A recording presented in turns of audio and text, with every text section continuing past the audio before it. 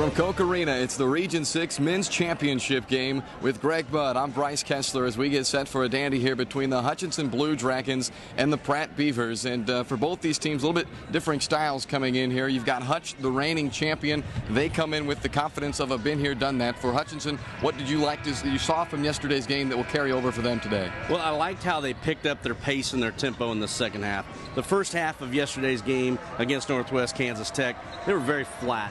Maybe even overlooked the Mavericks a little bit. I don't expect that'll happen today with a Steve Eck coach team. They'll come out prepared and ready to go from the opening tip, I'm sure, today.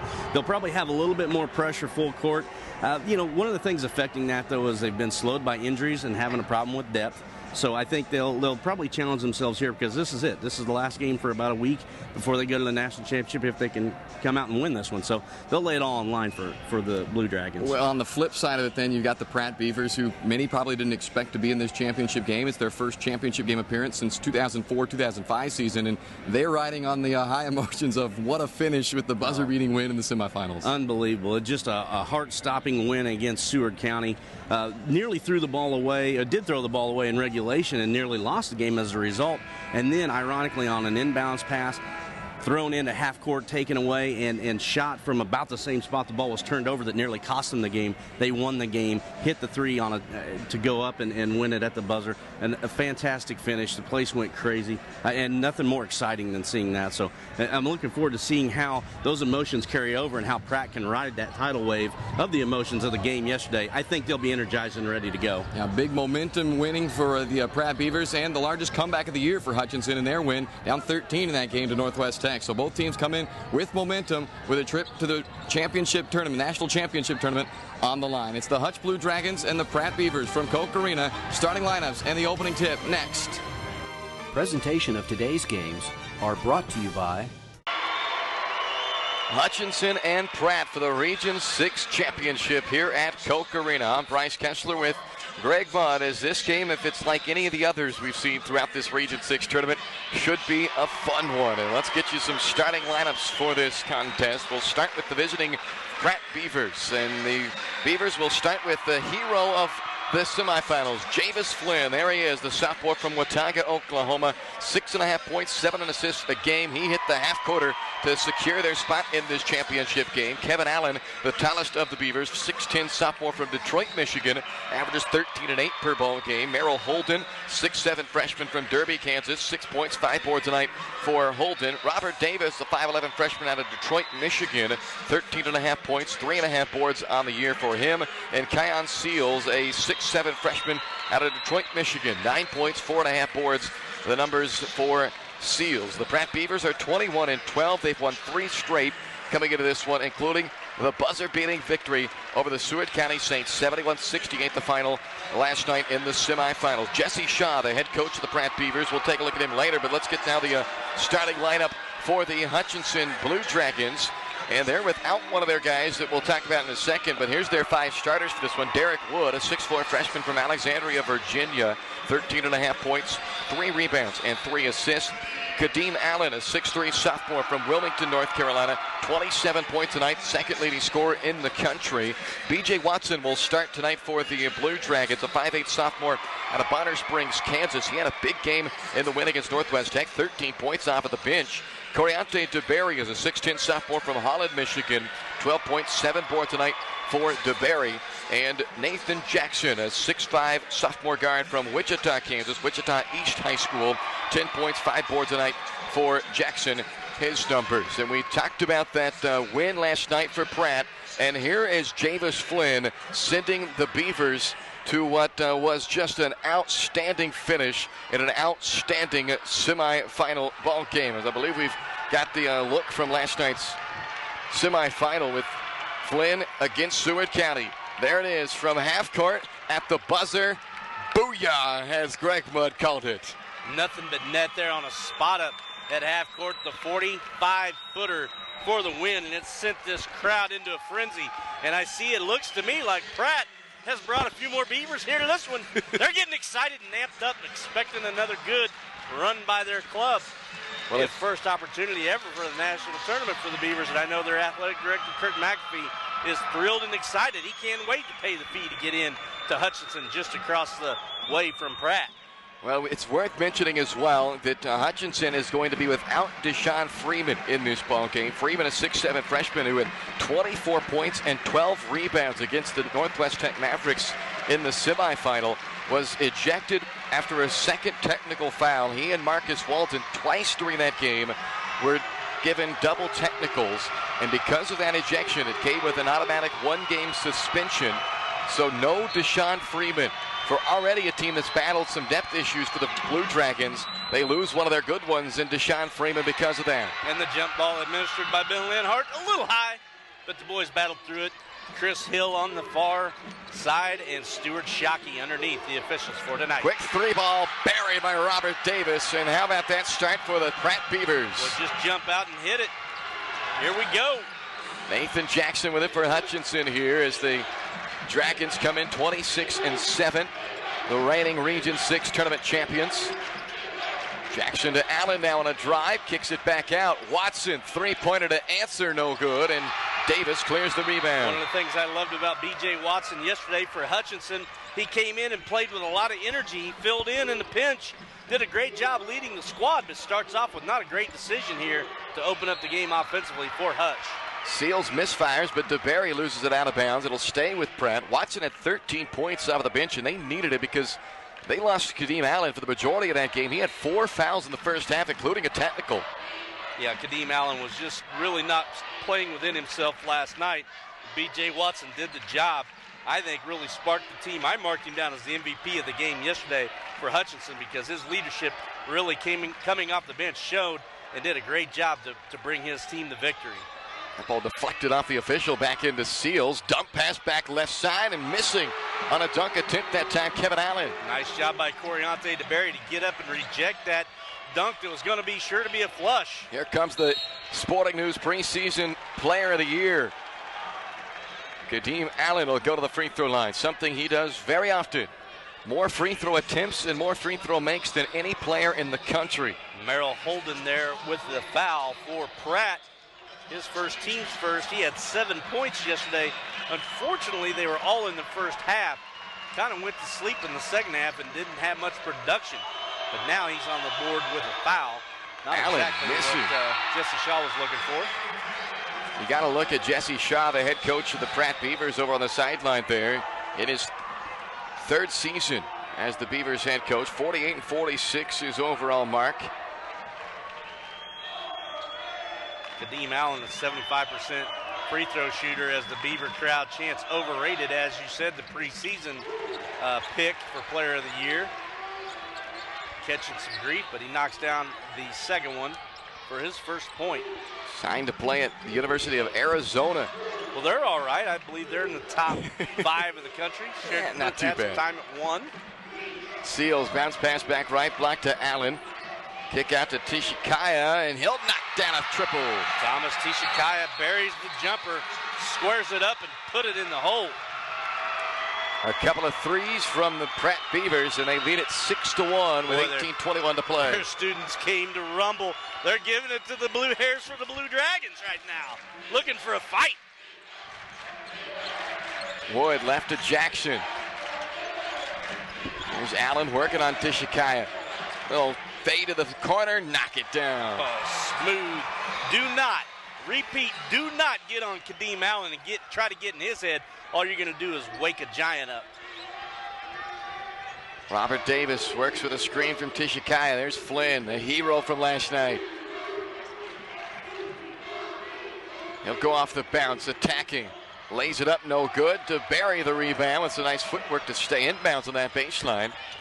Flynn went high, but that ball went straight in the air. He didn't get any kind of arch on it toward the basket whatsoever. Entry pass to DeBerry is off the mark that time. Not a good entry there by B.J. Watson, and they turn it over. And they have a sub coming in for Hutchinson. Number 12, Austin Budke. He had 9 points on with 2 3 balls yesterday. He had some good energy off the bench too, and was a key player for the Blue Dragons for Steve Eck to come in and give some relief. Now he and Watson gave each other a half, really, as Budke in the first half who kind of kept Hutch in that game, and then Watson in that second half with Allen on the bench the majority of it. A step back shot from Robert Davis. Tough one, he can't hit it. And DeBerry with the rebound. Well, I'll tell you, when you're long with a fadeaway step back, you know there's a lot of emotion, a lot of energy flowing through your body. Just got to get that wind knocked out of them a little bit and get in control, catch their breath, get their feet under them, and get moving around here. Move the basketball if you're Pratt. Flynn to Seals after Wood missed on the other end for Hutch. Hutch crowd wanted to travel there. Seals never got up off the floor. Kept a good high ball fake and head fake there, but as you said, the toe never came up from the pivot. Another rebound for DeBerry. He's been active on the glass early. He'll play at Cincinnati next season. Budke from the corner. No, off the front iron. DeBerry again. One power dribble that may have cost him. He put it on the floor after he caught it inside there and got rid of him. Loses the basketball. Back comes Flynn. Very fortunate to not get called for a foul there, as he was pretty physical chasing down the loose ball.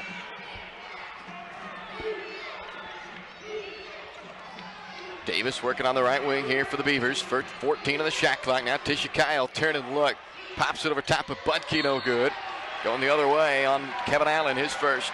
Kevin Allen caught out of position on the backside, came over the top, made contact with Coriante DeBerry. May have caught him in the head on the reach over there, and like I said, contact on the back. Chris Hill on the call, taking care of business, sweeping it out the other way for the Hutch Blue Dragons. Andre Sands in for DeBerry for Hutchinson. Pratt goes to Jacob Harms off the bench, freshman out of Abilene, Kansas. Harms checks in for Kevin Allen here. There's Wood from the top of the key. Wood with that long drag fake. Turnover Hutchinson. Good hands by Pratt on defense. Flynn stops on the dribble drive, pulls it back out. Skip Hutch to the again, corner. an unusual defense for Steve Eck in kind of a matchup zone here. Flynn Eck known for man-to-man pressure. Losing his balance, still gets the pass out to Seals.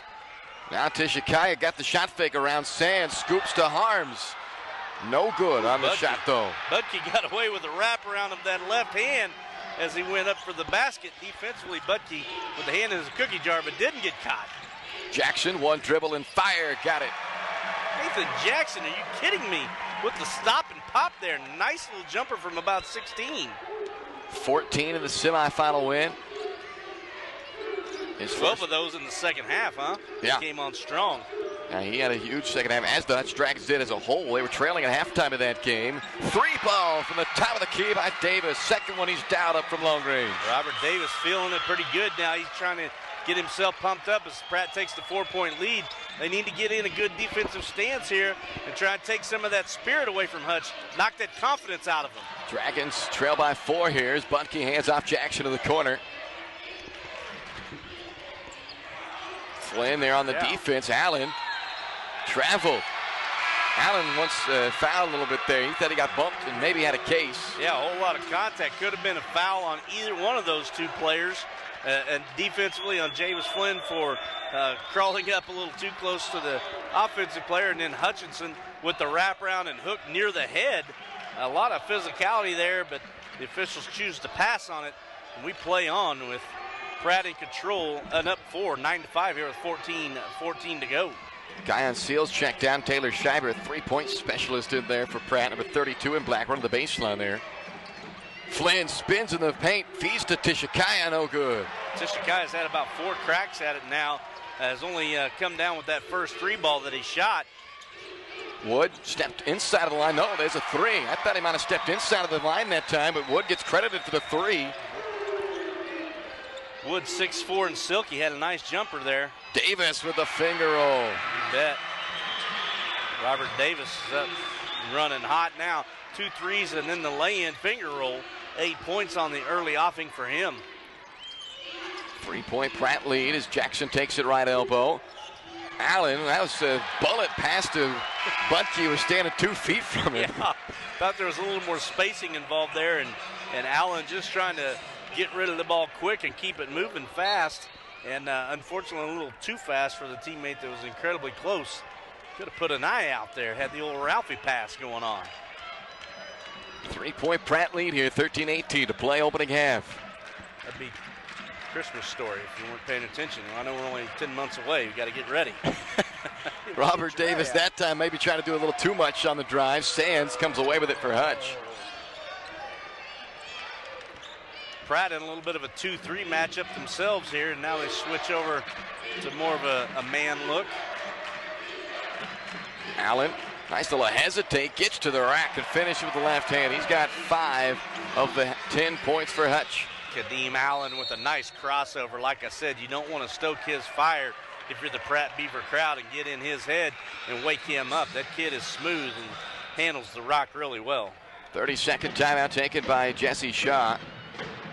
Pratt holds on to a 1-point lead here over the Hutch Blue Dragons. This series has been dominated by Hutch all time, as you see the finish there by Kadeem Allen. Hutchinson owns a 134-23 advantage in the all-time series between these two teams. They've won 10 straight over the Beavers. And in Region 6 tournament action, Hutchinson 10-1 all-time against the Beavers. First meeting since 1994 in the Region 6 tournament. Yeah, that's been a year or two, and it's good for Pratt to be back in. I think the biggest factor is the consistency that they've had in the coaches in the last several years. They were coached by Trevor, and then now that's been passed over to Jesse Shaw, and some stability there finally, like I mentioned yesterday, and that's been a big thing, a big help for Pratt. Of course, I think the athletic director, Kurt McAfee, wanted to bring that in as well, and that's something that he's instilled on the men's basketball program. Hutchinson wanted a 5-second call there. Scheiber may have gotten away with the 5-second and another turnover possibly on the baseline. Top step travel, no call, but Jacob Harms there for the follow-up stick back and gets his first 2. Now a foul called on Robert Davis out on the wing. It's first. You said it's been a year or two since that. You want me to make it feel like it's been a lot more than just a year or two? No, I was 5. You were, wow. Now how long does it feel ago? Yeah, that helped my ego. Appreciate it. I was almost out of college. If I hadn't been on the 10-year plan, I drug mine out as long as possible. I had such a good time. It's wonderful. I was having jobs and everything by the time you were 5. Here's Derek Wood with a follow away on the baseline. Can't get it. Offensive board. Jackson trying to draw some contact with a little double pump. DeBerry comes out of there with it. DeBerry's trapped underneath the basket. Got a bail out there as he forced up the action. Got himself caught underneath. Drew the foul on Kion Seals there. First foul for him. 4th for Pratt. Jesse Shaw unhappy with the defense. They didn't stand tall when DeBerry was trapped. They allowed him to wiggle his way out.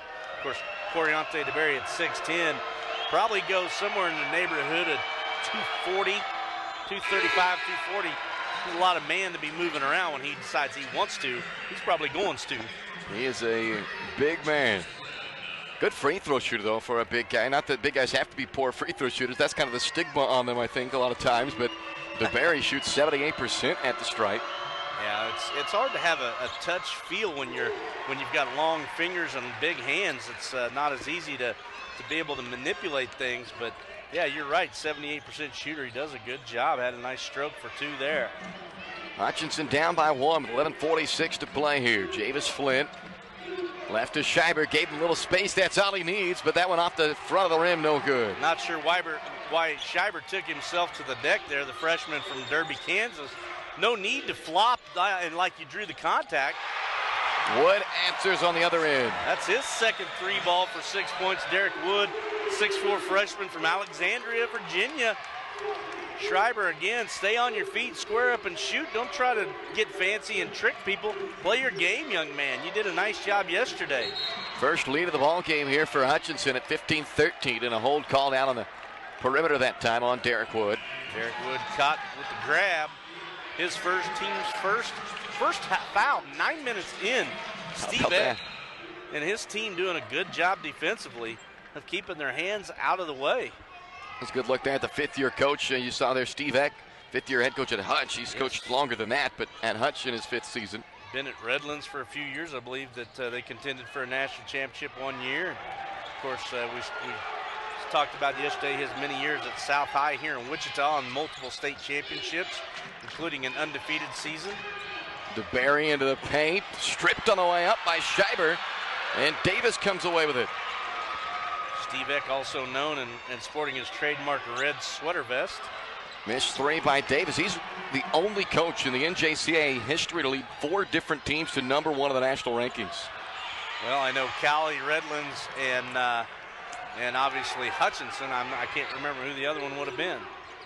I'll check the media guide here in a second, and we'll clarify that 4th team for you. That's the note, though. Davis steps in after a nice shot fake, got past Wood, and knocked it down. We'll get Carp on the task over here. He's a walking media guide for all things Hutchinson athletics. That'd be the trick for him, would be to find something he can't tell you. Yeah, I mean, that's a vulnerable phone book that we've got there for a media guide. This jumper from Nathan Jackson. If you can get that located by halftime, I'll buy you the first soda pop here.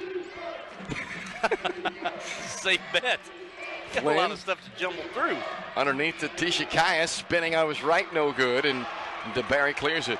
You know, Thomas Tishikaya hit that first 3 to open the game for Pratt, and ever since then, he's forced way too much action. He needs to just settle down and get himself in control and take care of the basketball, work the ball to teammates. There's a nice drive to the rack from Kadeem Allen with the switch of hands and the lay-in with the right. Schreiber trying to go the other way with it. He's fouled hard, and he'll go to the free throw line. It's Allen who commits the foul. Yeah, Kadeem Allen playing reckless abandon there after a nice lay-in.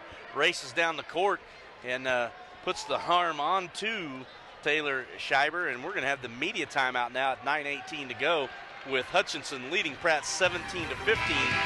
And we will be back just after this. Presentation of today's games are brought to you by 17-15 here from Koch Arena. The Region 6 Men's Championship. Hutchinson and Pratt Community College. It's the Dragons by 2 here with 9:18 to play in the first half. Hutchinson here via a win in their semifinal matchup over Northwest Tech, 92-81. And for the Pratt Beavers, the 71-68 victory on the buzzer beater from half court by Javis Flynn to defeat Seward County in their semifinal matchup. 3rd meeting this year between the two teams, and I don't want to jinx anything here or put any extra on this, and the Trek's going to hate me for saying this, but each of the first 2 this year went to overtime. Well, the way things have gone since our final game yesterday with Pratt and Seward, we might as well finish strong with a half a dozen overtimes. Oh, okay. We've had a lot of close games. I know. Everybody's hungry and ready to go home. But, hey, we've got exciting games in all 3 matchups today. And, again, it all started last night in our 7 o'clock tip. And, this thing's going to come down, I'm sure, to a final possession, maybe a final couple of possessions. But it's going to be nip and tuck the whole way. Looking at the stat sheet for Pratt, Robert Davis, 4 of 8 field goals, 2 of 3 from three-point line lead. All scorers with 10. And as we see Taylor Schreiber knock down his first free throw, getting his first point. Also for Pratt, Thomas Tishikaya opened up the game with a 3-pointer. And as I mentioned, since then has forced things a little bit. Gone 0 for 3 since then. He's settled for 1 for 4 on the afternoon as Schreiber knocks down his second free throw. On the flip side for Hutchinson, Derek Wood, 2 of 5 from the field, both of those for 3s and 6 points. Kadeem Allen really playing well, 3 of 4, attacking the basket, very good. 1 free throw in there with 7 points to lead the Hutch Blue Dragons. 9:10 left to play here, first half, tied at 17. You like how I took ownership of that? That's good. Put you in the rocking chair for a minute. You're still thumbing through that telephone book. 97% of all the stats you spit out are made up. And apparently that one is too. No, it's not, as Watson knocks one down. My man B.J. Watson with the bank. Only averages 4 a game. He had 13 yesterday in the semis, and his first try here. Seals answers it from the corner. Back to that game of horse. The 3-ball from Keon Seals.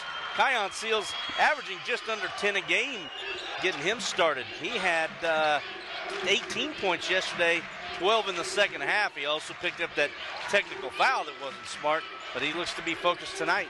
Allen will try to join the 3 parade here. Can't knock it down. Flynn out with it for Pratt, lobbing up the floor to Holden, and right back out. Swing to Davis. Got it. Robert Davis, another 3-ball. 13 points on the afternoon. On the evening, I should say, that left left wing, left elbow from deep has been kind to him. And things are starting to pick up now here in Charles Koch Arena, the Chuck. Watson up the feed from Allen, now to Jackson. Right to the teeth of that Pratt cheering section here. Hutch working in that into the floor. And they are challenging the Hutchinson fans and cheerleaders to make some noise and bring some energy. Watson tries one from a little deeper that time. BJ took one from about 25 there, ill-advised from the NBA distance. No need. Flynn, the one-hand bounce pass, and Robert Davis. Robert Davis better watch himself, though. Coming down the court, running his gums. It's okay to be excited and bring some energy, but don't direct that in the face of a Hutchinson player. That'll cost your team a technical foul if you're not careful. The deep three, his third on the evening. 16 points already. Only 12 and a half minutes into the game. What a jumper. Nice look, great touch from Robert Davis. He is feeling it for sure. With 16 points, he's hit 4 triples already. And the Beavers are out to a 6-point lead here, 26-20 with 7:26 to play in this opening half. Hutchinson, the reigning Region 6 champions. Pratt, last time they played in the championship game of the Region 6 tournament was the 2004-2005 season. They beat Neosho County that year in the championship. Went on to the national tournament where they were 0-2 in barbecue, but they made it to that national tournament that year and looking for a return trip back nearly a decade from that point. Not quite a decade ago, but close. 7:20 left to play here first half. Beavers by 6. Hutch the basketball. Watson out to Allen on the right side. Drives in, can't hit the floater. Flynn, the beneficiary of the tip. Kadeem Allen tried to force the action there, didn't play steady. Blocking foul, count the bucket for Kevin Allen. Kevin Allen gets the N1, the big kid, 6'10" from Detroit. Going to score the bucket, and we're going to ring one up on Andre Sands, who just recently checked in the game, courtesy of the Bahamas and Freeport. Andre Sands had 3 points, all of it in the second half. Didn't do a whole lot early on, but the big body comes in, gets the foul. How about that pass as well as Javis Flynn checks out? Taylor Schreiber will come back in for him, but Flynn, 8th in the country in assists, and off the dribble, one hand, just threaded the needle, hitting Allen right in stride to allow him to finish it, and he gets the free throw to put Pratt up by 9. The old-fashioned Sunday once again, and you got to love it if you're Pratt. Now up to 9-point lead, 29-20. Jackson, that's a tough runner, and Jackson's able to get it. That kid's got to be taller than listed at 6'5", because he skied high over the rim. About 4 feet away to make that finger roll layup, was he not? That was not an easy one. No, nice little runner off the glass. Seals with Jackson guarding. Jackson's got to be careful. No reason to stick your hand out there and get a cheap foul.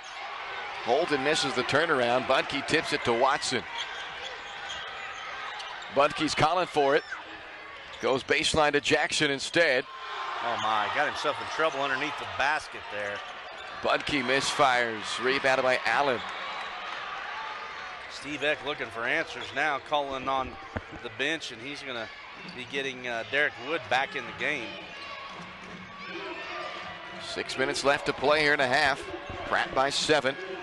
Allen backing it on Sands, goes a spin to the right. The help defender, Budke, came across and forced the extra steps out of Allen. Yeah, Allen probably would have been wise to look for a teammate on the perimeter and get an inside out going on, because right now Pratt has challenged the basket and done a good job with it. It would have been wise to look for a teammate on the perimeter to try and knock down an outside look from 15, maybe even the 3-ball type. Hutchinson forgot to have somebody inbound the ball, or come and receive the inbound pass, I should say, from B.J. Watson. Derek Wood back in for Austin Budke for the Blue Dragons, and for Pratt, they bring Javis Flynn and Thomas Tishikaya back in there. Wood, another tough leaner for the baseline, cleared by Holden. Wood played through the contact of Robert Davis and glanced off and just missed the shot. Tishikaya out of control, playing too fast. Stripped by Wood. Allen attacks Flynn. Finger rolls it up, no good, but Sands an offensive board, and a foul called as he tried to go back up with it. Yeah, Sands got attacked by Merrill Holden there for his second foul.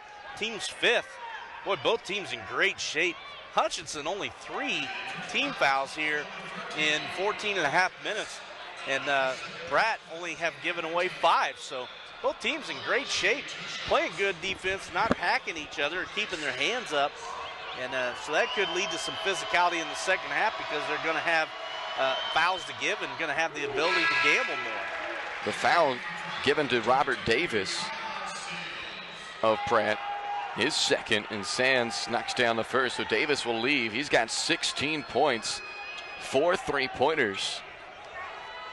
I must have credited it to the wrong guy then. I'll have to check the stats here at the half. Well, the board's only showing him for 1 foul for Robert Davis. Now they've changed everything on it. Well, we'll check it at half, get it right. Javis Flynn with the ball here for Pratt. Posting his hold, and as he steps out to get it. 5 minutes left here in the half with 8 on the shot clock. Flynn to the corner, Seals, he's hit 1, can't get that, but a foul's gonna give him 3 free throws. Foul's gonna go on Nathan Jackson, flashed out too far to challenge the 3 ball. His first, team's 4th, and it sends number 22, Kion Seals, to the line for 3 times. And Seals on the season is a 74% shooter. And he's gonna miss that first one off the back of the rim. 4:53 to play here, 29-23 lead for Pratt. Coach Steve Eck upset.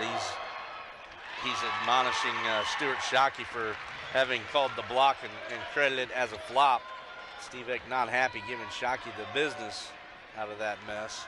Shockey just wisely backing across half court so he doesn't have to listen to it. Doesn't really care what he's got to say. Both these coaches like the challenge. 2 out of 3 for Seals. And the Beavers are up by 8 with 4:50 to go. Sands working underneath with Tishikaya guarding. Interesting battle. Tishikaya very easily could be called for a foul and likely will be here any second. He continues to hook and swim on Sands, getting away with it. We'll see how that develops. Allen feeds Watson in the corner, dial it up. Watson for 3 from the right corner, as you called. His 6th point on 2 threes now. Know that Steve Eck would like to see him continue on and stay hot and bring that energy that he did yesterday. Now Tishikaya will try one. Count that as well. There it goes. Tishikaya knocks down his 2nd jumper of the night. Both of them 3 balls. That was a smooth stroke. A good look, spotted up from the right wing. If my numbers are right, he only had made 8 3-pointers coming into this game as Woods called for a travel here, trying that big shot fake and lifted the toe up off the floor to commit the turnover. And Wood expressing himself to Chris Hill, saying, I didn't bring my foot up. And Chris Hill says, it doesn't matter your opinion, young man. I'll take care of it.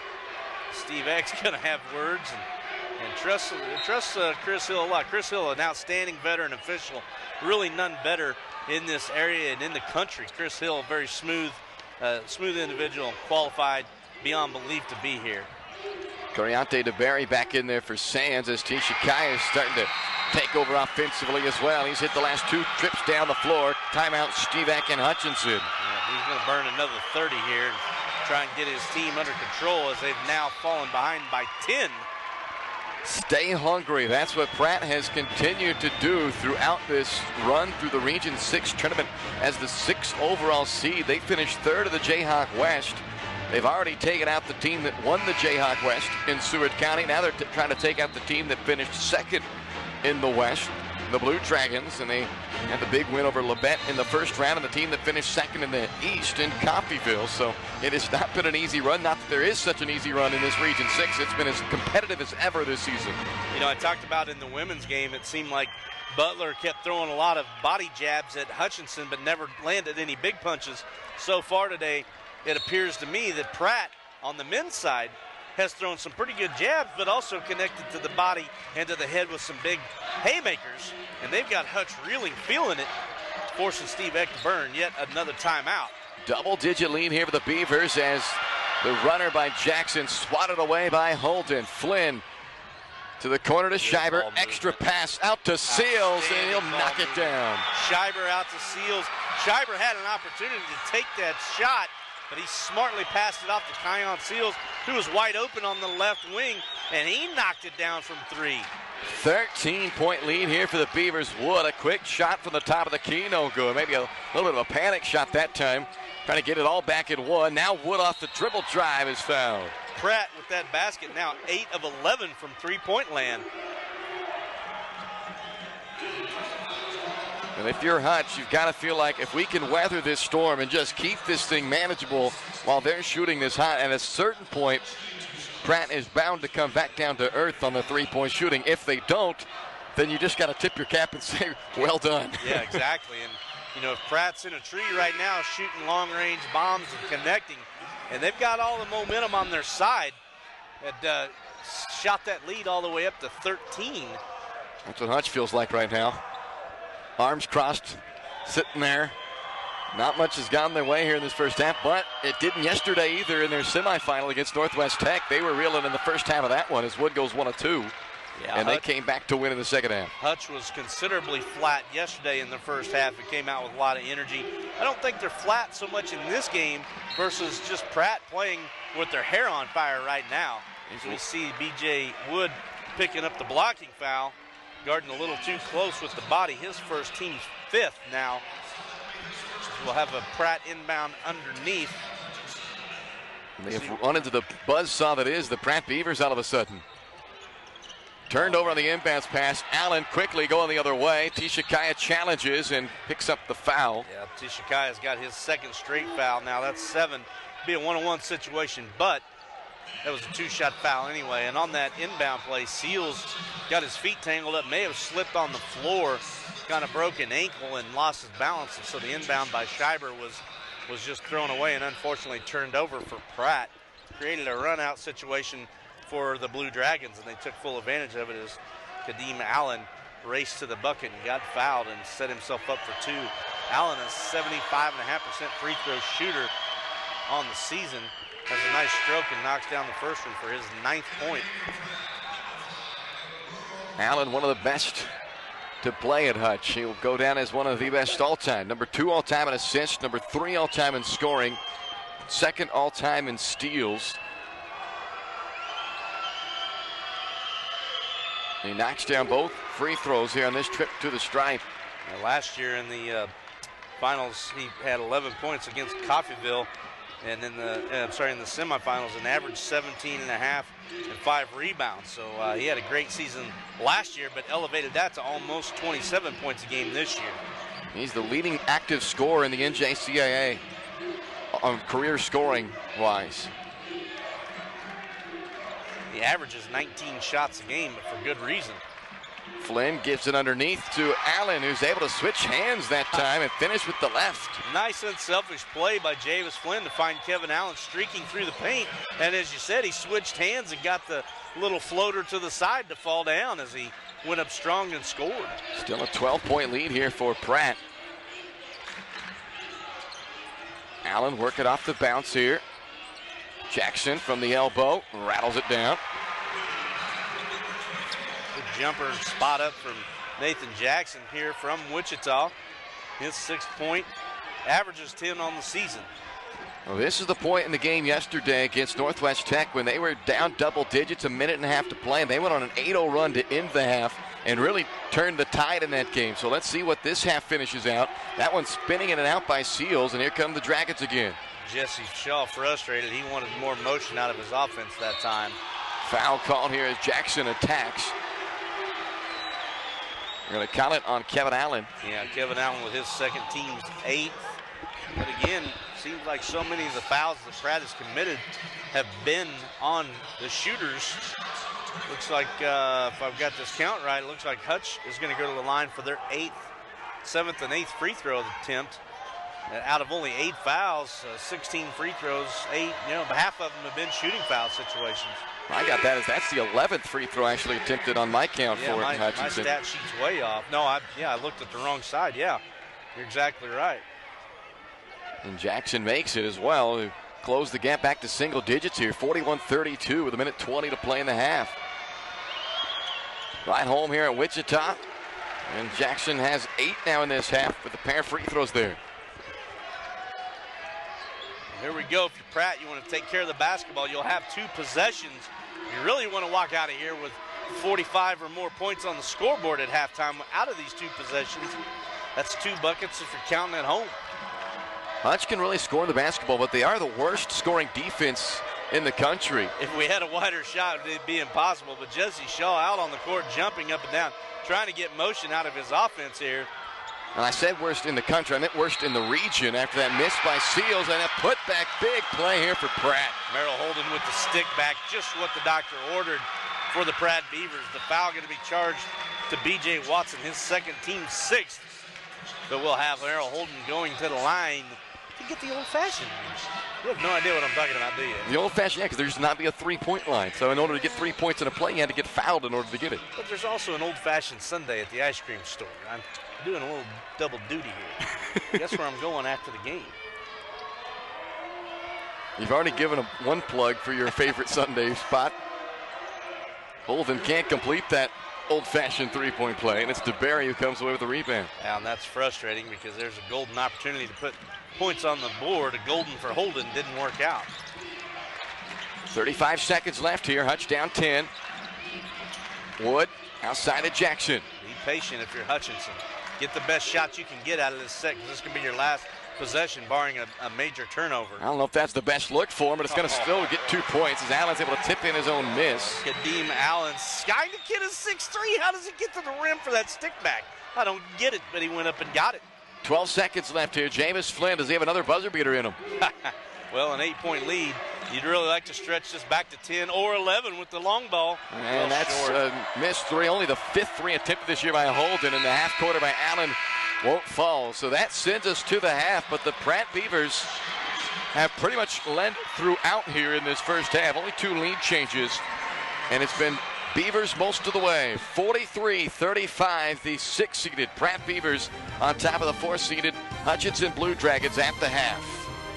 Presentation of today's games are brought to you by Good ball game here in the Region 6 championship between Hutchinson and Pratt Community Colleges. And right now it's Pratt on top 43-35 here at the break.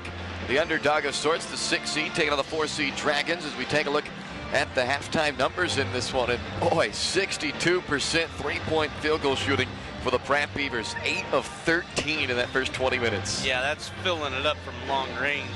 And that was all led by Robert Davis, 4 of 5 from behind the arc. Kion Seals, I don't know why I want to keep calling him Kion Seals, 2 of 4 behind the stripe as well. Thomas Tishikaya has knocked down a pair of threes, 2 for 2 for the Beavers, who are led by Davis's 16. But how about Javis Flynn? Did not score, only took 1 shot. He was the hero with the half quarter yesterday. 8 assists in that first half for the orchestrator of that offense. Yeah, absolutely. And the thing about it is he was the hero yesterday. Didn't come out with a big head and a big ego and trying to do too much today. 8 assists, as you mentioned, also has picked off a couple of defensive rebounds. So the kid is really buying into the team concept. Great leader for the Pratt Beavers. The Beavers. Hutchinson led by their Conference Player of the Year this season, Kadeem Allen. 11 points, 3 boards, 3 assists for Allen in that first half. 8 from Jackson, 7 from Wood. We mentioned it right at the top of the broadcast. No Deshaun Freeman in this ball game tonight for Hutchinson. The 6'7" freshman from Rocky Mount, North Carolina, had 24 points and 12 rebounds in a double-double effort yesterday in the semifinal win over Northwest Tech.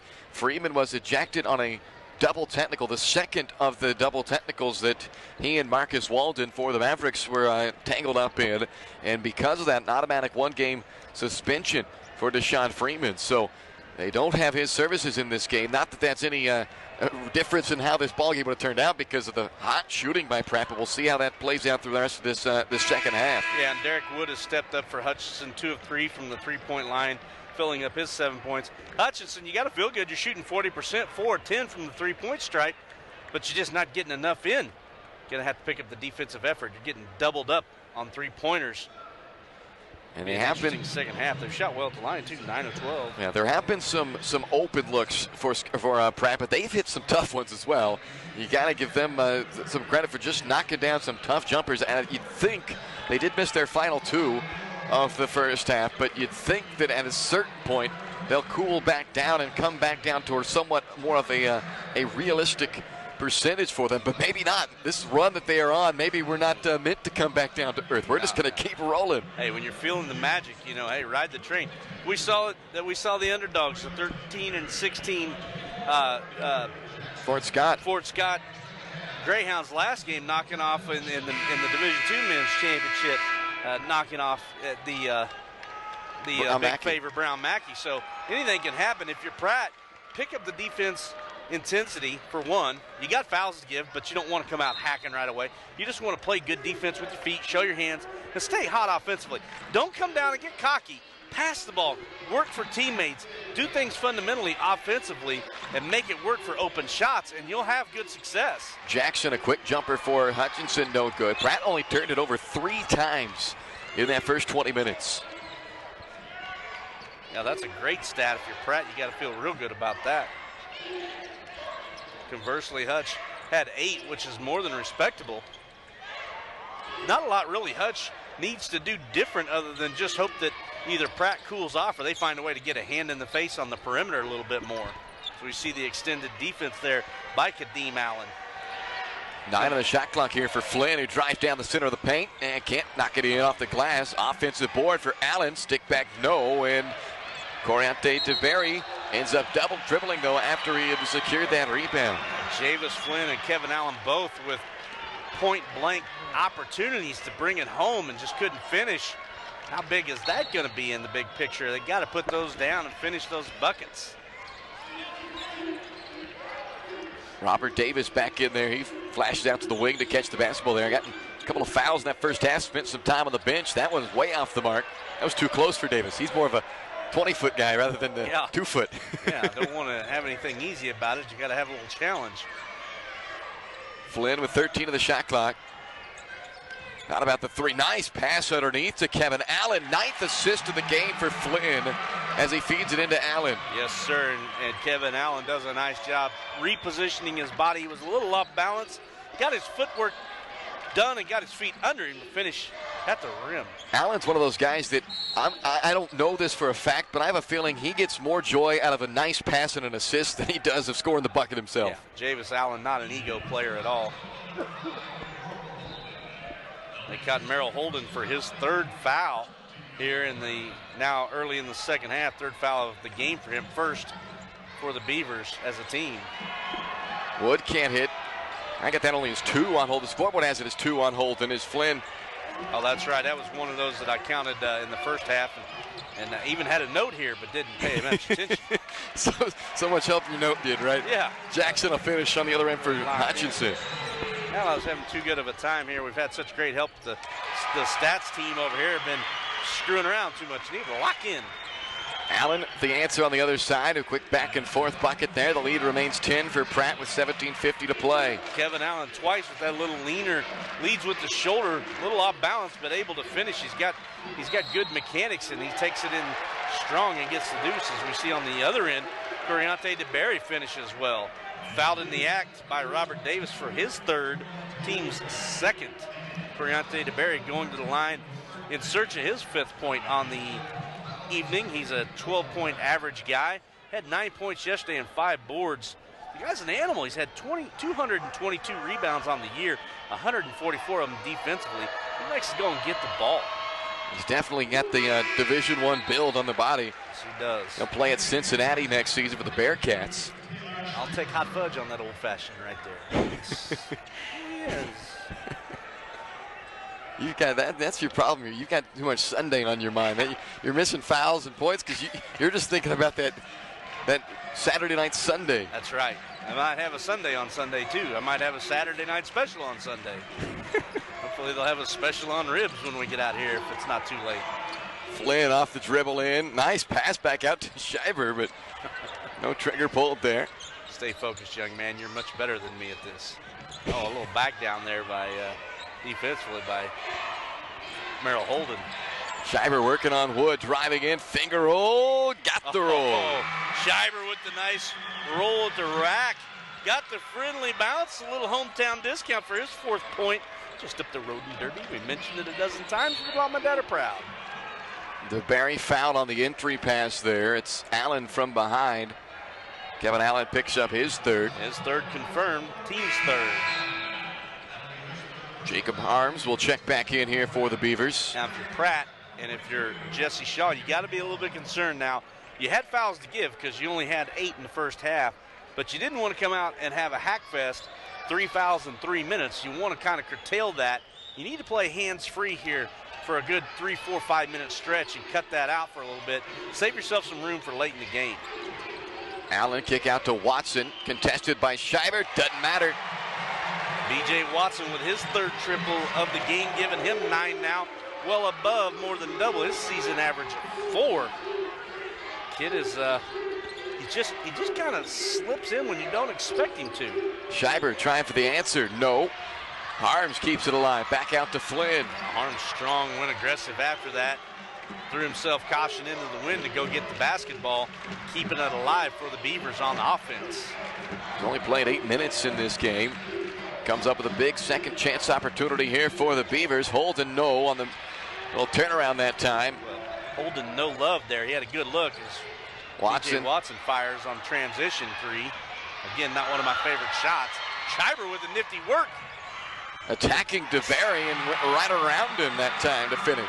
Shiver, say yes. Say yes, young man. He can't wait to go home and get some of that cooking down the road in Derby. Here we go to the food again. Little Busters. Derek Wood over to B.J. Watson. Non-sponsor, unfortunately. Won't have much effect on this program, though, trust me. DeBerry travels after he gets it down in the post, working on Harms. Austin Butke returns for Hutchinson. People like to pair wines with food. I like to pair basketball with food. Get a good play. It's a filet mignon. We get one that's not so good. It's a club steak. Maybe some fried bologna. Although I'm not against it. Not a big fan of the old bologna, bologna, whichever way you want to put it. That's because you haven't had it down at Jamil's in Tulsa. No effect on our crowd here. Lebanese Steakhouse, one of my favorite. You get your meals at Jamil's, huh? Yes, sir. One of my favorite jump-offs in Tulsa when I'm at Oral Roberts. Shiver no good on the 3. Battle by Biggs there. Jackson comes away with it. Wood attacking on Seals. Got caught up in the air, and they're going to call a foul on Seals. A little push out there. And I believe that it was on the pass. So that's 2 on Seals. 4th against the Beavers here at the half. Yeah, indeed. Bill Linhart had it on the pass, as he demonstrated 4 times. Good get by Linhart. Allen will pop for 3 here. Nope.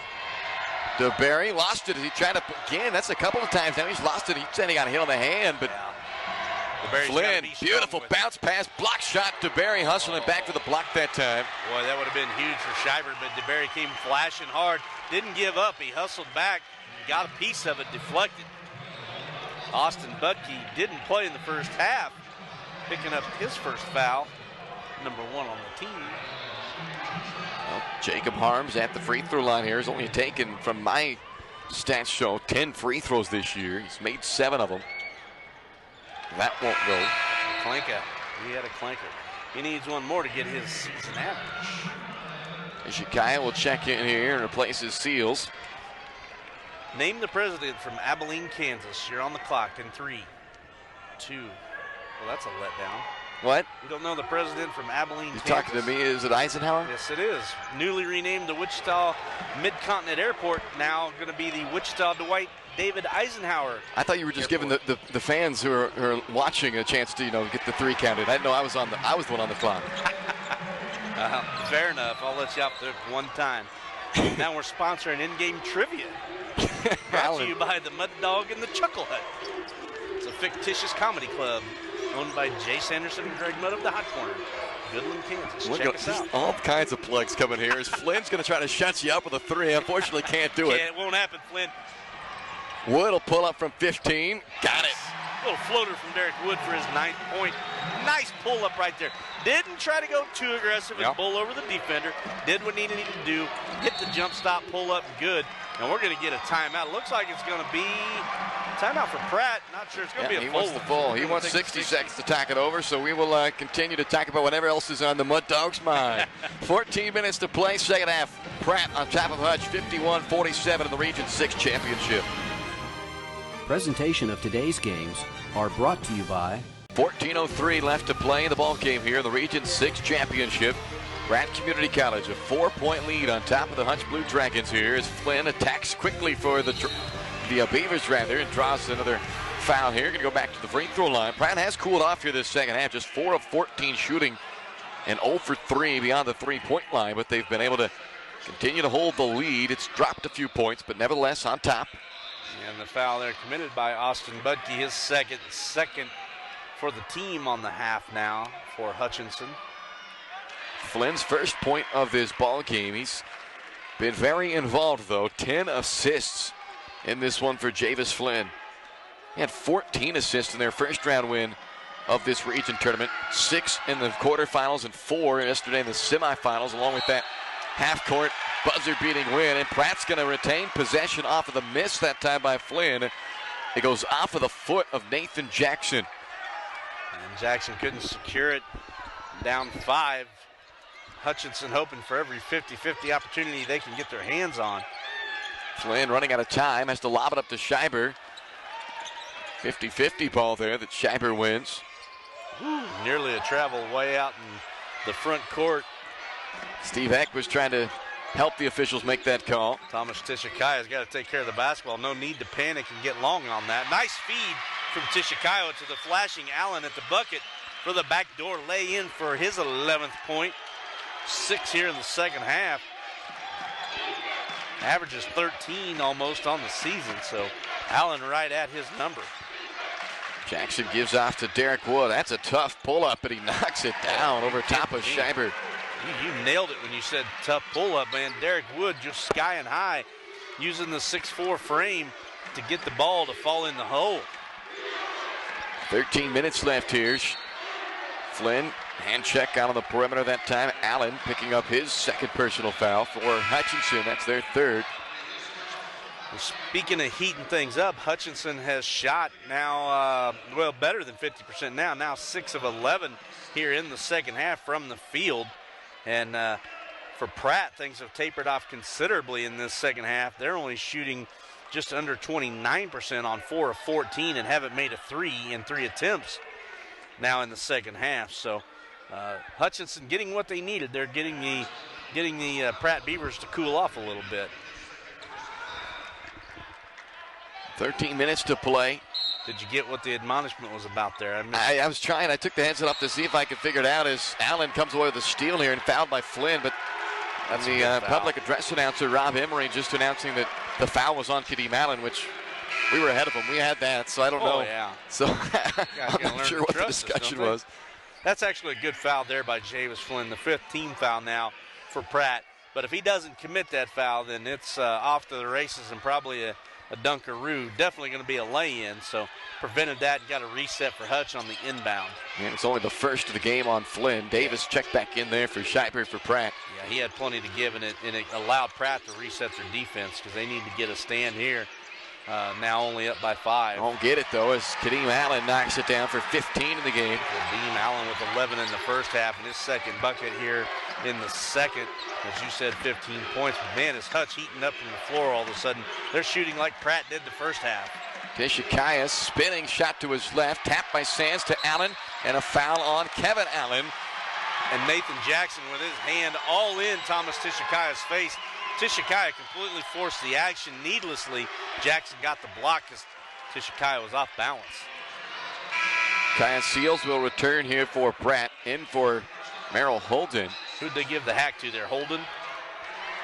No, they had the foul was called, it was apparently on Holden.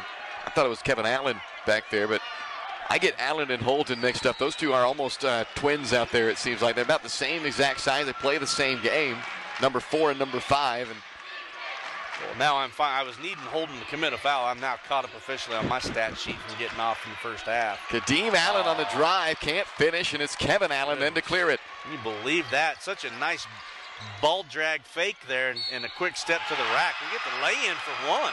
Javis Flynn, first field goal of the ball game, and he's going to go to the line for a chance at a 3-point play here with 12 minutes to play. And his Beavers on top by 5. Kadeem Allen picked up his third and the team's fourth now of the half, 8 minutes in. And what a great finish by Javis Flynn on the attack. His third looking for the fourth. So many times as he knocks down the free throw, he gets to the paint looking to dish that it's almost you've got to score one of those every once in a while because the defenders kind of start playing off a little bit. The help defenders don't really come over as much when Flynn drives because they're expecting him to dish. Yeah, all of a sudden they don't believe in you, and a great job by Javis Allen of being strong and exploding off the floor to the basket. Tough hook shot there by Sands, can't find it. A good pull by Tishikaya to secure the board and keep the ball high and his elbows spread. Pivot with your elbows out. Don't swing your elbows, just pivot with them out in a strong position. Good job by Tishikaya to clear the defensive board. He had 12 boards yesterday in that win over Seward County. Howard Davis hasn't scored yet in the second half, and that was way off the mark. Derek Wood, the rebound. And that was probably not the best shot that Robert Davis could have taken. Had 16 in the first half, and they were all better. Javis Flynn. Holy cow. That might not be good. Javis Flynn going flying into the scoreboard there on the floor on that far side. Man, he's up, but I'll say okay, but I don't know if he's 100% okay. I don't know how you could be after that. A heck of an effort. Well, he's feeling good about being home in Pratt. Unfortunately, we're still in Wichita. Here's the effort by Flynn. Boom. Wow. Bad place for a chair. He's in there still. Remains on the floor as Wood on the pull-up has it knocked out of his hands by Robert Davis. Feed to Tishikaya, up with one hand and a finish. Well done running the floor by Tishikaya, taking the feed and finishing high at the rim. We're going to get a timeout by Hutch, going to take the big one. Full timeout used by the Blue Dragons. Lead is back to 8, 59-51. Pratt Community College on top of Hutch with 11 to play here in the Region 6 Championships. The finish by Tishikaya. Presentation of today's games are brought to you by 11 minutes to play here from Wichita State University, Koch Arena, home of the Shockers, and the Pratt Beavers right now looking to take down the Hutch Blue Dragons. They've got an 8-point lead on them. Allen now top to Derek Wood. Hutch bounces it down into Sands. They'll turn around with the right hand. Won't finish it though, and Allen another rebound. And Andre Sands had a good look at it. Couldn't get it to go down. It's a needed basket by Hutch. Had a good look right at the rim. Would have been nice to cut that 7-point lead down. Davis with the teardrop off the heel. Budke on the rebound was pushed to the ground by Kevin Allen, and now he has picked up his fourth. That's a good call by Stuart Shockey to get Kevin Allen. Very incidental contact foul. We're going to wind up having a 1-and-1. We're going to need to identify their shooter, but that's the 17th foul. Budke will go to the line, but Kevin Allen just a little too strong, too aggressive in pursuit of the ball, and cleared out Austin Budke with the body contact, sending him to the deck. I know the Beaver crowd wasn't too happy, but it is the correct call. Budke hasn't scored yet in this game. Freshman out of Beloit, Kansas. Budke played well yesterday in spots and had 3 nice threes. Doesn't get that one to fall. Touched everything it could up there without going in. Hutchinson has maintained their torrid shooting pace here in the second half now. 7 of 14 from the 2-point range from the field, 50%, and a nice little turnaround there. Merrill Holden with a tough finish. All of a sudden, it's a 10-point lead. Hutch crowd starting to get nervous. Steve Eck imploring his team to get the job done and move the basketball and hoping to get to that media timeout. And it's going to happen now. Allen will be at the free throw line when they come back out of it. 10-point Pratt lead on top of the Hutch Blue Dragons, 61-51 with 9:51 left to play here in the second half of the Region 6 Championship from Koch Arena. Presentation of today's games are brought to you by Koch Arena here in Wichita, side of the Region 6 Championships, and we've got another good one brewing between the Blue Dragons of Hutchinson Community College and the Beavers out of Pratt Community College. Pratt a 10-point lead here, 61-51 with 9:51 to play. They led by 8 at halftime and led by as many as 13 in this game, and continue to build this lead, actually, which was trimmed down to just a possession or two here in the second half. Hutch had it back to 2 points, but Pratt building it back out again. Yeah, the Beavers playing tough and building up a dam, if you will, not allowing Hutch to get good looks and good shots, sealing things up and holding their water. Beaver reference. I did get that one. Not a Justin Beaver reference. No. A Brad Beaver reference. Not, we don't need that. Kadeem Allen is at the free throw line here. You're saying you're not a fan? He's about your age, youngster. Everybody in the truck's going, who's this Justin Beaver? I don't know him. Is he a chef? Unfortunately, I don't think whether you want to know or do want to know or not, you do know. Yeah, he is out there in the news all the time. Kadeem Allen with the rattle off the rim, 75% free throw shooter. Not like him to miss. Allen now 3 for 5 in this game at the free throw line. Oh, now 2 misses. I'd have bet good money against that happening. The lead remains 10 here for the Beavers with 9:45 to go.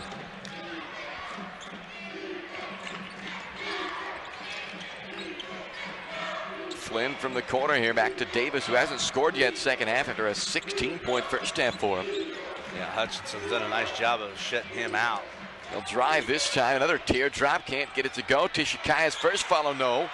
And now a good decision. Oh, I thought it was going to be to bring it back out, but maybe one too many dribbles. Allen the other way, off the glass, no good. And a foul then on the rebound try. Tishikaya couldn't get the handle on the basketball to get it cleared out. Tried to dribble out. Never a good plan.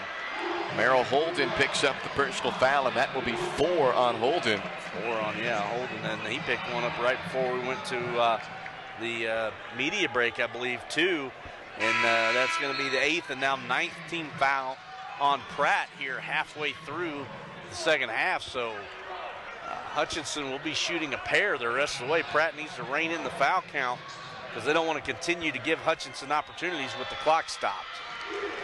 Dragons 11 out of 17 in this game as Jackson gets the first.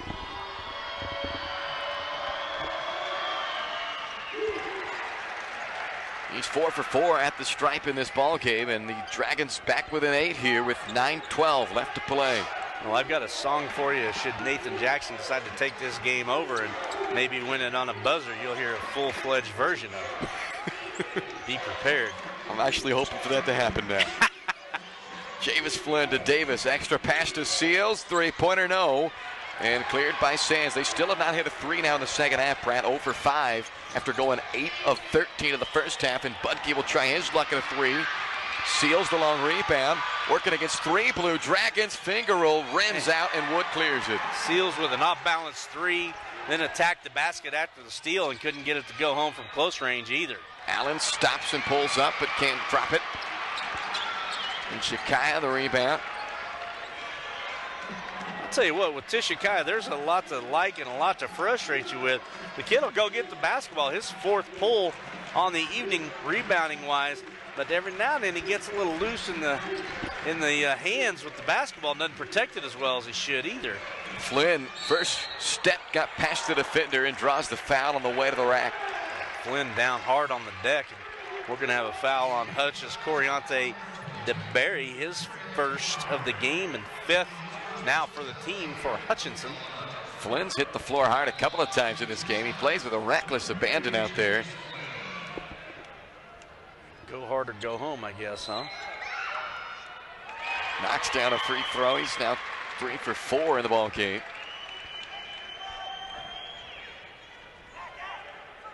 He took a beating last night as well, but it was a good one after he got dogpiled on a buzzer-beating win over Seward County.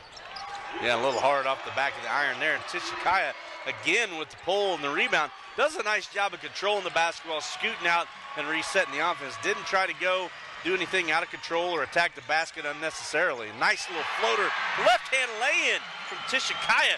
Thomas Tishikaya with his 12th bucket of the night. Reward him for the offensive board and get him the bucket. You have to check his season average because I have him down for 603 a game. I don't know. That clearly isn't the right stat. 6 a game would be the number for okay. Tishikaya. 603 probably. That would make a lot more sense. Here's the hand check underneath. Harms had the forearm in the back of DeBerry. I can't blame him. Yeah. It's going to take more than a forearm to keep DeBerry out of the paint, though. You're going to need a forearm, another forearm, a knee in the butt, and then you might want to have a teammate come over and double team with you. Keep that big man from backing you down the paint. He decides to drive you. You're going down into the arc and underneath the rim if you're not careful. Barry, a good shooter for a big man at the line, 77, almost 78%. And once again, I am the kiss of death. I hope Steve Eck doesn't listen to this audio when he looks at the tape because he is going to have my neck. If I'm not mistaken, he was just staring over here at you after that last yeah. And he's got this screeching whistle that he does with 2 fingers. And he always wears those hard-soled shoes. He's got a thunder stomp and a death stare, and I'll be catching all of those if I'm not careful. DeBerry splits him. He's got 6 in the game, and it's a 10-point Pratt lead with 7.5 to play here. Javis Flynn calm under the pressure here of a big game. Double digits in assists with 10 of them in this one. 5 points to go along with it. He'll work off a screen from Harms. Kicks to Davis in the corner. 10 seconds here on the shot clock now. Davis with a little shake. Drives in. Scoops the teardrop. No. And Derek Wood the rebound. Wood's going to push it in transition up the right side. Probably, he's going to fire off the dribble. That's not your favorite shot. I know that by now, and that's another miss. Young man, we'll be having a shooting clinic at Coach Eck's house in the backyard later on tonight or in the morning. I think we already discussed this. You're not welcome at Coach Eck's house at this point. Well, I'm going to weasel my way in. His mother makes the best snickerdoodles on earth. I don't know. My grandma made some pretty good snickerdoodles. Well, I would love to have a challenge. Tishikaya off the drive. Leaves it for Harms, and it's blocked out of bounds, and then last touched by Harms. It'll go back to Hutch. Harms went up sideways and couldn't get the finish. The big freshman from Abilene, as we mentioned, Eisenhower's hometown. Couldn't get the turnaround to go. This is a 10-point game still, 6:20 to go. Tishikaya on Allen here. I don't know. I like Allen in that situation. That's nothing against matchup. Tishikaya. I like Allen against most people in a matchup. Budke off the swing, down the right lane line. Got it to go in. Budke very fortunate because he led with a forearm and cleared the path. And he got Javis Flynn to foul him as Stuart Shockey is letting Jesse Shaw know to button her up. He doesn't want to hear it anymore. And Javis Flynn with his 3rd now and the 11th overall on the team. Javis Flynn also having words with Stuart Shockey saying, hey, I got shoved halfway down the paint. Didn't appreciate it. See if Austin Budke can get the roll, and he does not. And again, it's Tishikaya who clears the rebound. Up and get him. That's 5 at least now for him. 8-point Pratt lead with the basketball. 5:56 to play. Flynn knocked loose by Allen, and a foul. Steve Eck letting him know that he's not happy. He either wanted a push or he wanted Stuart Shockey to go home. And I guarantee you Stuart Shockey will go home because he's going to get paid either way. The shock. 4th foul on Kadeem Allen, and a timeout taken by Pratt. Nice 5:53 left to play here in the Region 6 Championship. The Pratt Community College Beavers an 8-point lead on top of the Hutchinson Blue Dragons from Koch Arena. Presentation of today's games are brought to you by 5:53 left to play here in the second half of the Region 6 Championship. Pratt Beavers looking for their first title since the 04-05 campaign, while Hutchinson's looking to repeat as region champs, second winningest program in the history of junior college basketball, but they're going to have to come back from an 8-point deficit with 5:53 to go if they're going to haul in their second straight region title. And right there before the timeout, Kadeem Allen picks up his fourth foul. He's got to stay in the game with 5:53 to go. Got to stay hands clean and finish on the floor for Hutch. He's their leading scorer with 15 points in this one. One of three guys in double figures. Javis Flynn, again, just eyes can see the entire floor as Davis kicks it around to Seals, and he knocks down his first bucket of the second half. A big three to push the lead to 11. Kion Seals over his season average with 11 on a nice jumper from the left wing or top of the key area. DeBerry with a strong move draws the foul. Yeah, DeBerry goes strong, and that's natural for him. Going to have a foul on Jacob Harms, his second. Looks like the 12th. Well, if you're Pratt, that's the one thing you wanted to avoid. I said coming out at halftime, you had fouls to give, but you didn't want to give them early, and they have given them consistently now in 15 minutes to have 12 fouls. Not a good ratio if you're Jesse Shaw. You want your team to play more straight up at the rack. But on the flip side, Hutch hasn't exactly lit it up shooting the free throws. They've done well, but this half now just 4 of 10, 13 of 22, now 14 of 23 on the game. 1 of 2 for DeBerry, 10-point contest. Under 5.5 to go here from Koch Arena. So maybe the strategy of Pratt was to play aggressive and hope that Hutch didn't shoot good free throws like they did in the first half, having shot 75% from the line. DeBerry got a piece of that floater from Flynn. Now Allen back to work to Budke for 3 from the corner. No good, short. DeBerry can't quite haul it in that time. Trying to reel it in with the right hand. Lost it on the baseline. Yeah, DeBerry tried and almost secured, but went out of bounds before he could get all the way onto it. And now Hutch trailing by 10 with 5 minutes to go. As Jesse Shaw barks out the offensive set, he's going to definitely want to make sure that the ball is in the hands of Javis Flynn to make decisions with. He makes a lot of good ones as Davis is on the drive, a little bit out of control, but stopped before he got too deep. Yeah, and Hutchinson's done a nice job. Robert Davis, again, 16 points in the first half. Hasn't had anything in the second half. Not sure he's even had much of a look. Flynn off the left side of the rim as the shot clock was winding down. And the key for Hutchinson, getting all kinds of defensive boards, only allowing Pratt 1 look per trip. That ball bouncing around up on the rim, but could not go in for Derek Wood. The ball stayed up so long, Derek Wood had 2 opportunities to jump up to try and rebound it before it even actually came down available. 50-foot pass that time from Javis Flynn, intended for Tishkaya, goes off his hand, out of bounds. Yeah, not a good time for Pratt to have their 7th turnover. Racing down and out of control. You got to run the clock. You're up 10. Make the game work for you. That's what Jesse Shaw was just hollering out there. He says, take our time. No hurry for him. Doesn't need to be anyway. As DeBerry, they go into the big man, and he rewards them. Yeah, DeBerry lowers his shoulder and gets the scoop. And Steve Eck with the quick timeout. 30-second timeout, it looks like, used here by Steve Eck. So with 4:05, actually going to extend it to a full. He was out there. He didn't want to wait time for the guys to get to the bench. He just met them on the floor and says, let's talk. Yeah, I got some words for you. Well, and right now, having cut the lead to 8, calls the timeout to get the defense set. He's going to want these guys to get dug in. I keep waiting to see the old famous Steve Eck pressure at full court, 3/4 court, and definitely the half-court trap. Look for Pratt to try and for Hutchinson to try and force the trap no later than half court here, try and turn up the heat on Pratt and force them into panic. Pratt playing solid throughout this Region 6 tournament, but hasn't been in this situation enough through time and through the history of the program to feel confident in what they're doing necessarily. And so look for Hutch to try and dial it up and create some havoc and get Pratt to turn it over a couple of times in the next minute.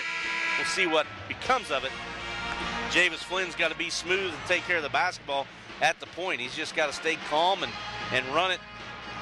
And so we'll see who they elect to inbound to get it started. But Flynn will trigger, but I'm sure that he'll get the ball back quickly. Robert Davis does handle it on the inbound, and he's a good option as well. Look at some of these numbers. Hutch out shooting Pratt, out rebounding Pratt.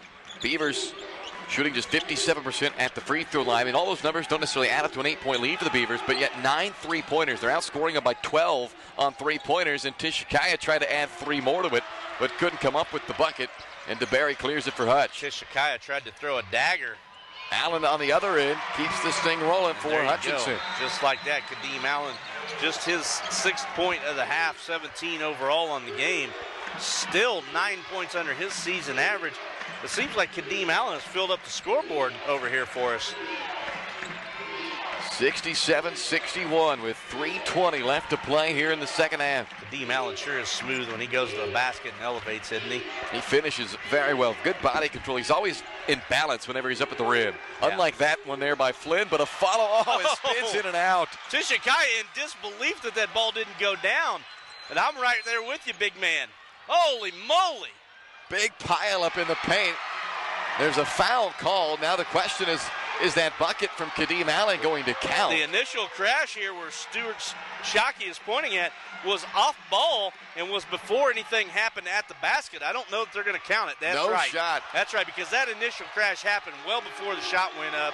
I know Steve Eck's a little frustrated, but it is what it is, and that's the right call. That all happened. And I think they actually called, they get an illegal screen out of that. Who called the timeout here? And Coach Eck actually was not even as upset really as the fans were for Hutchinson. I think Coach Eck, probably like you, kind of saw what we did, and that whole mess of a pileup happened well before the attack from Allen. Yeah, and I think they got that on Merrill Holden. I think what we've got now is a foul out, and Merrill Holden with his 5th. The coach is using it as a little bit of a mini timeout with the 30 seconds to get the sub in there. So 2:59 left to play here, 67-61. Pratt Community College still holding on to the lead here, but it's Hutch at the free throw line. Looks like Coriante DeBerry will step up to the stripe for the Dragons here. Merrill Holden fouls out with 4 points and 2 rebounds, no assists. Not a real productive night for Holden, but not too bad. He played some pretty good defense, obviously putting a little body on the offense for Hutch as much as possible. Hey, sometimes banging and bruising helps get some wins too. So Merrill Holden, not a great stat sheet night, but did some good things off ball, away from the ball, and just in this situation, sending the big man to the line. Did we just make up a word, assistices? Assistices. Now, there's people out there that know what I'm talking about. It's kind of like my one I had yesterday with unprecedented. Well, maybe you don't know who Mel Tillis is. I do not. DeBerry hits them both. Well, I guarantee you the people watching will know who Mel Tillis is. One of the greatest country artists of all time. Male. 4-point game again here with just under 3 to go. It's starting to get electric in here. Now Hutch's crowd is live. The cheerleaders are in it. And Pratt fans trying to employ their team to get the job done. Will it take heroics from this man again? Javis Flynn on the drive. All the way through, out to Davis. Robert Davis, an air ball. He was so hot in the first half. Only 2 shots I remember him taking in the second half. One a brick, that one an air ball. Allen leaves to Wood, pulls up from 6 and rattles it in. Oh my, and now things are starting to tighten up for the Pratt Beavers. A 10-point lead 2 minutes ago has been whittled down to 2. And if you're Pratt, you've got to have an answer offensively. Someone, somewhere, has got to step up and get the job done. And as you said, Robert Davis has been eliminated in this second half. Tishikaya with a cold-blooded look at a 3, no good. And Austin Butke with the rebound. Hutch can tie or take a lead here. Oh, this could be a game changer. It could be over for Pratt. Allen trying to do a lot that time, and Tishikaya says no. Davis fakes the pass, fouled by Butke. Butke frustrated with the call, but actually that's a pretty good foul right there. But Butke stops the break, stops the momentum. Going to force him to the line for the 2-shooter now, and the 17th foul on Hutch. And Pratt will finally shoot free throws on a consistent basis. But actually not a bad foul by Butke there. He's playing defense 2-on-3 on that break, and effectively it was 2-on-1. And he made a decision to attack the ball handler, Robert Davis, and got a good chunk of the ball, but also brought in some body with it. Well, Davis makes the first. He's the best free throw shooter on the team for Pratt at 87%. Yeah, he rattled that one around, but it went down. They don't ask how, just how many. Lead now 3 for Pratt. This to make it a 2-possession game, and that's much smoother. So Davis with 18 points, only 2 in the second half, but it pushes the Pratt lead to 4 with 1:43 to play. Holden checks out, Harms back in for Pratt. Well, I must have saw the board wrong because I had Merrill Holden as having fouled out, but obviously he didn't because he just checked out of the game. Maybe those 2 free throws will get Robert Davis going. I'll bet you he gets the ball and has a drive to the basket on the next set for Pratt. 4-point lead as we get down to 1:25. DeBerry fouled on the help defender that time. Tishikaya came over and draws that foul. 3rd for Tishikaya now. Felt like he was straight up, but no, not so much. And that's going to send Coriante DeBerry back to the line. It's really odd to look at this big man with this big frame and think he's the guy you want on the line, but he's done a great job today.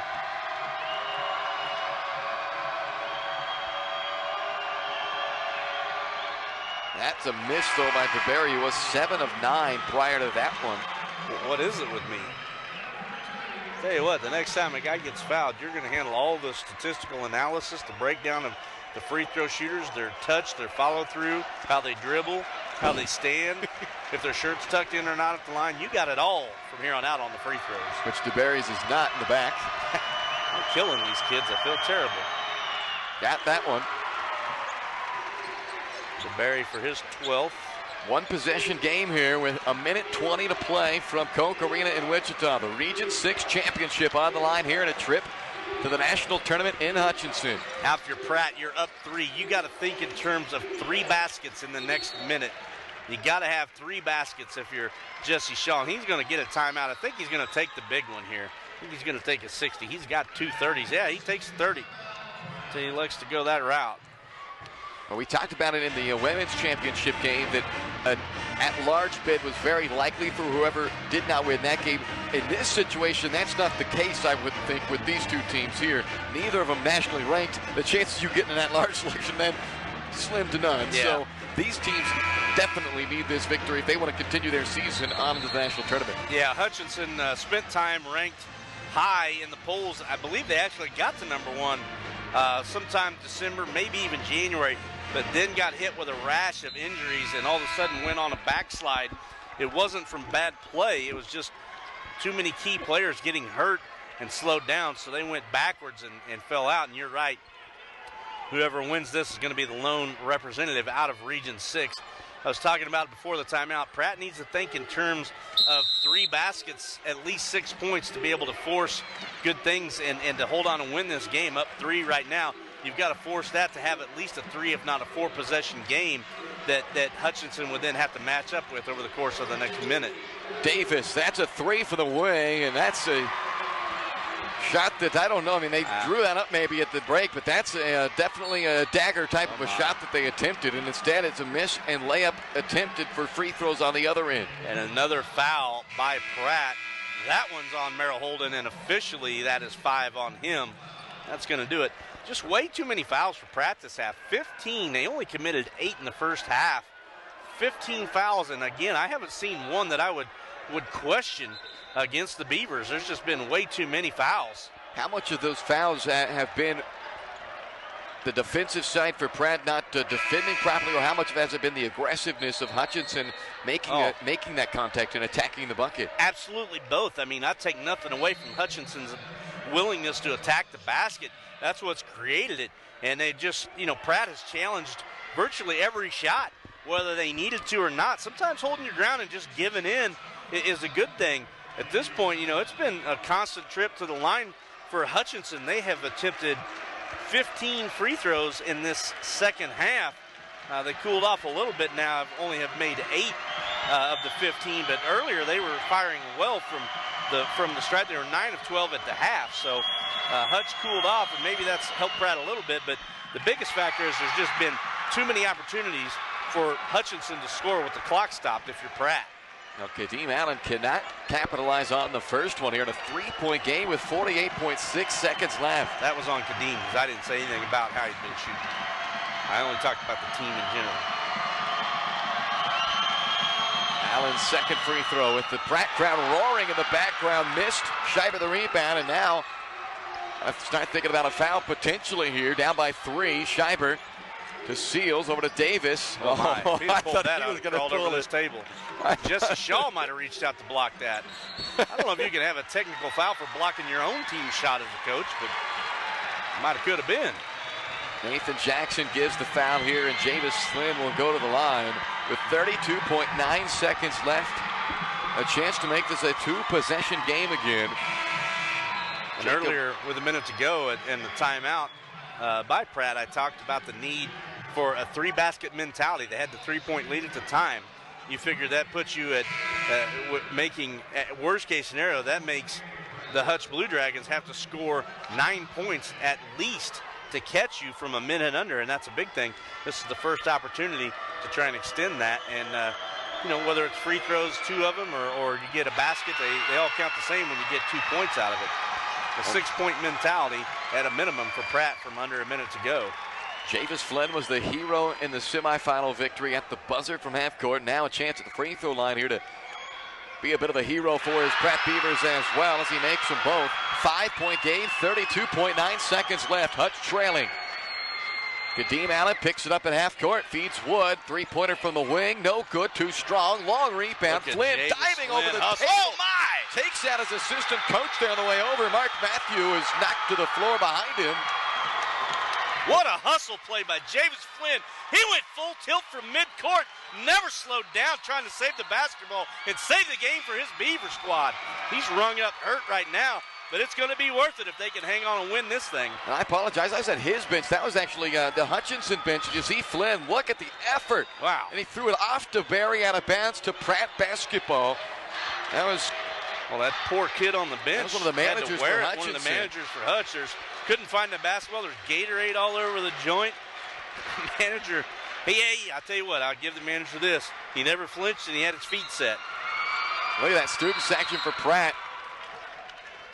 Foul called before the inbound pass here. Yeah, I think we had Derek Wood on the foul. Yeah, Derek Wood grabbed a hold of Robert Davis in order to not burn any more clock.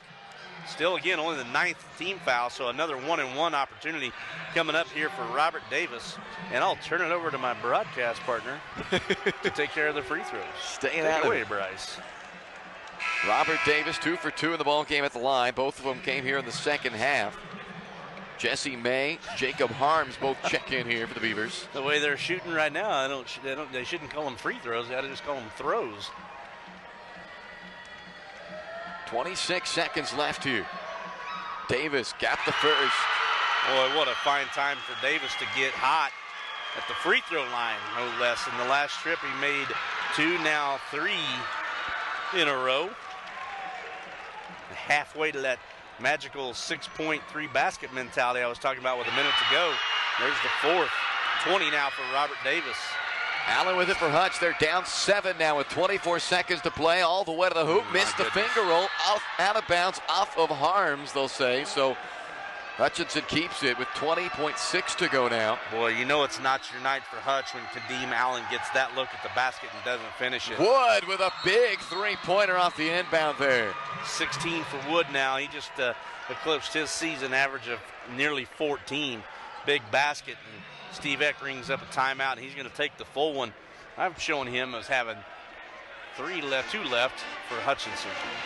Just 1 remaining for Hutch, 2 remaining for Pratt timeout-wise with 18 seconds left. Oh, there it is. Pratt on top, 73-69 on top of the Blue Dragons here in the Region 6 championship game.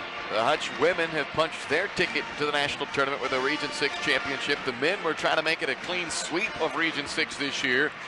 But the Pratt Beavers, who have been sort of the, I don't know if the team of destiny is the way to call it here in this run through this region tournament, but an upset win over Coffeyville, and now an upset win over Seward County in the semifinals when came on the half-court buzzer beater. The only part about that buzzer beater that makes me not completely go team of destiny is they were tied at the time, so they would have had a chance to still win that game in overtime, and I think they would have felt good about their chances then. But that's it's been sort of a storybook run for them through this tournament. And now against the Hutch Blue Dragons, reigning champions, they lead them by 4 with 18 seconds to play here in the ball game. Yeah, and Pratt has taken out 2 giants in Coffeyville and Seward, looking to slay the Dragon for the 3rd time in as many days. And a good quick foul there by Austin Budke as he gets a piece of Thomas Tishikaya.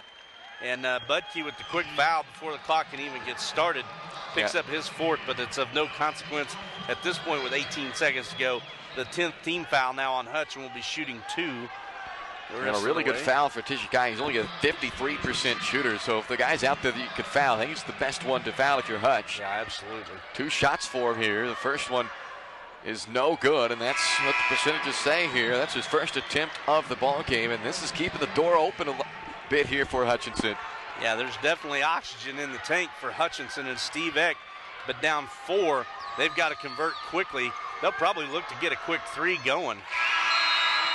It's about as good as you can ask for if you're Pratt in that situation. Get 1 of 2 out of Tishikaya, and you're okay with it in that situation for a 53% shooter. Yeah, because you know you're going to get fouled again. You're currently at a 5-point lead. Worst case, you're going to be back down to 3 or 2, and then you knock down 2 more free throws, and it's a 2-possession lead again. Kadeem Allen has it spin in and out. That's just not the night. Rebound for Davis. Fouled by Jackson.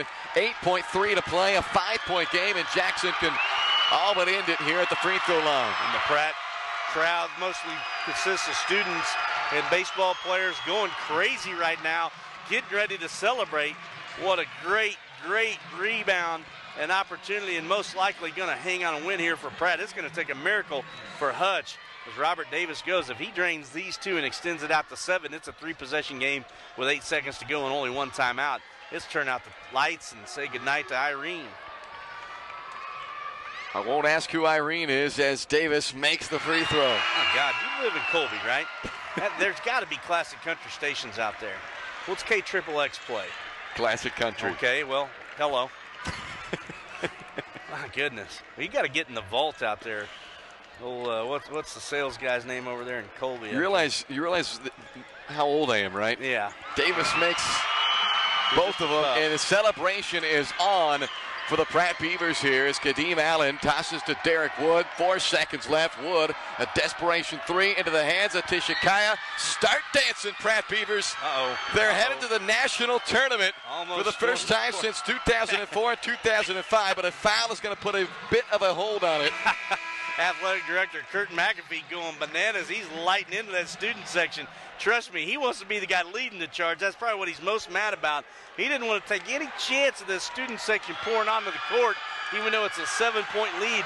It would take a whole lot of technical fouls and free throws for Hutch to be able to pull back into this thing with 0.4 seconds left. It is all but official. And congratulations to Jesse Shaw in his 3rd year, bringing home the Region 6 title and going to march his way on in to the national championship tournament. It's been 9 years since the Pratt Beavers could call themselves Region 6 tournament champions as Javis Flynn is being lifted up over on the sideline right now for the Pratt Beavers. He's played a very large role in what's been a very solid team effort. DeBerry rebounds it, and it is official. The court storming is on at Polk Arena. Listen to the thunder. Students going down. They're back up. They're mob mashing, having a good time with it. You know, I am not a fan at all of and this is why I don't like court storming, because you got kids from Pratt down here being idiots, starting problems with the Hutch kids. You got a cheerleader down here being a fool, and that's only going to lead to bad things, guys. Go celebrate your win. Don't taunt and do stupid stuff with the visiting team or the other team. Just go and celebrate your win. That really puts a damper on a great victory from Pratt when you got students, especially cheerleaders, doing that kind of thing. That just hurts. Not good. For the first time since 2004-2005 season, the Pratt Beavers will head to Hutchinson for the National NJCAA tournament as they defeat the Hutch Blue Dragons 77-69. The final score here in the Region 6 championship game. Wow, what a fantastic game, and a pair of fantastic games in the semifinal and now the final by Pratt as they scrap their way through 3 giants. Seward, perennial team to contend and win for go into the national title. Coffeyville and Hutch, always a favorite. Wow, did Pratt come from nowhere to take care of business this year. Big hug from Kurt McAfee, the athletic director for the Beavers, there with his head coach, Jesse Shaw. The Beavers have done what is a shock to most coming into this Region 6 tournament. The 6th overall seed, they finished 3rd in the Jayhawk West this year. And in really what was just a messy Jayhawk West Conference standings. Such a fun season in the Jayhawk with tightly contested games night in and night out. And when it's all said and done, it's the Pratt Beavers who have prevailed above the rest.